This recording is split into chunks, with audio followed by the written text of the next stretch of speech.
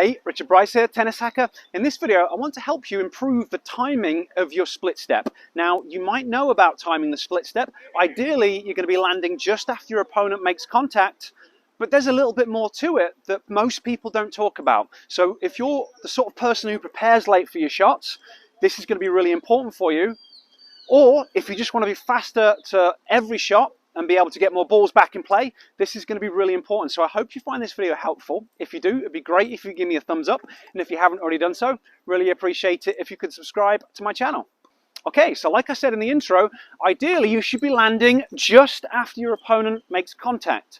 And the reason that you're doing that is because just after the ball leaves the strings, your visual system hopefully works well enough that you can recognize where the ball's going. So you land from your split step, you store elastic in your muscles, and now you can react and move more quickly to get to the next ball. So that's why we're landing just after they make contact.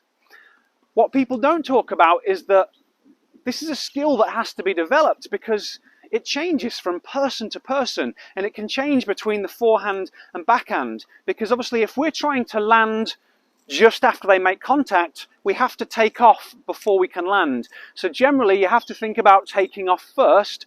So you have to base that on what your opponent's doing. So a standard way to think about this is potentially you might take off from your split step as they start their forward swing. So as soon as I see my opponent starts his forward swing, I take off on my split step to hopefully land just after they've made contact. So I know that's a little bit wordy, but hopefully that makes sense. Well, if my opponent has got a really compact swing, so they just go boom, they start their forward swing and bang there. And I take off as they start their forward swing, but because they've got a really short swing, potentially I might be landing a little bit late and I'm slow to react. Because they've got that compact swing, they've made contact, the ball's traveled, and then I'm landing.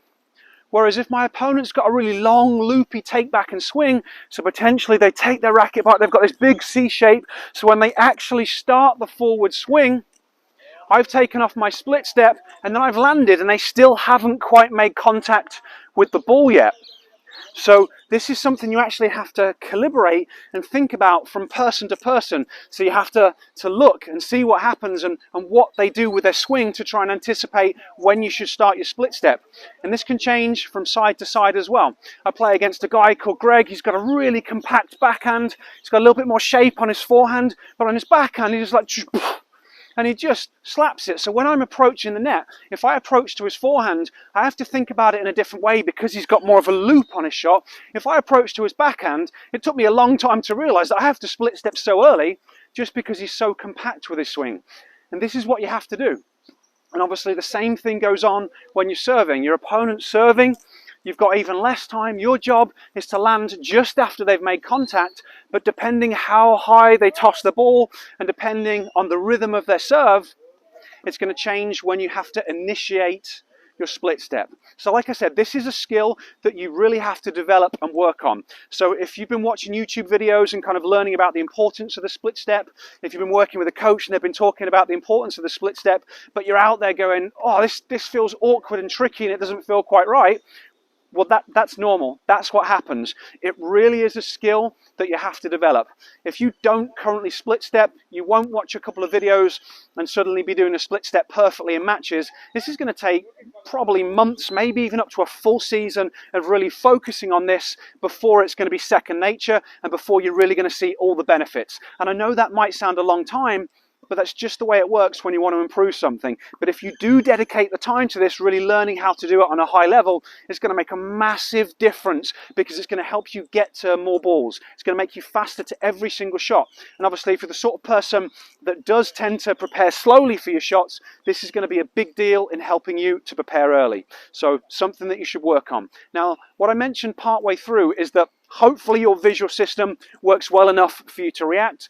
Unfortunately, a lot of people's visual systems don't quite work at the level they need to for them to play tennis in the way that they want. So what I highly recommend, in addition to focusing on training your split step, is to train your visual system as well. And I've created a free resource to help you with that. It's a free tennis vision starter program. I'll place a link down there and I'll place a link up there. 5-6 minutes working on that a day.